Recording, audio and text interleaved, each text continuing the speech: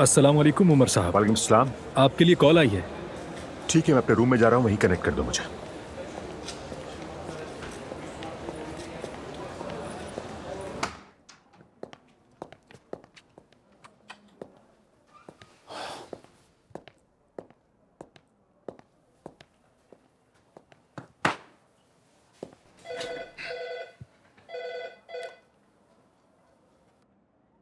Hello.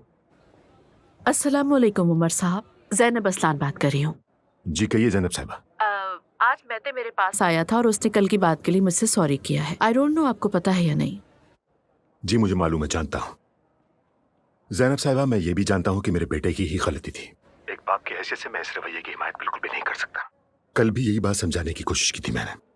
आज मैं उसकी बात डिसिप्लिन कमेटी में रखूंगी, लेकिन ये बात तो तय है कि उसको सजा मिलेगी। आपको बता चुकी हूँ मैं। एक्चुअली मैं भी ज्यादा कुछ कर नहीं सकती। ठीक है जैनब साहिबा, शुक्रिया।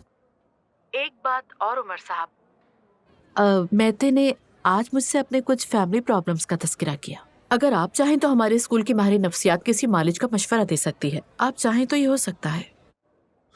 हाँ हाँ हाँ, बिल्कुल हो सकता है। अगर मेते भी यही चाहता है तो क्यों नहीं, जरूर। ठीक है, ठीक है। ख्याल रखें अपना। अल्लाह हाफिज। अल्लाह हाफिज।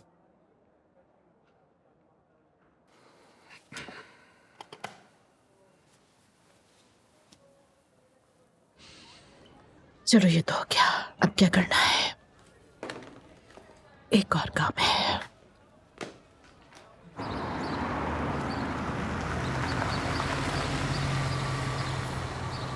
चलो भाई। घबराहट हो रही है।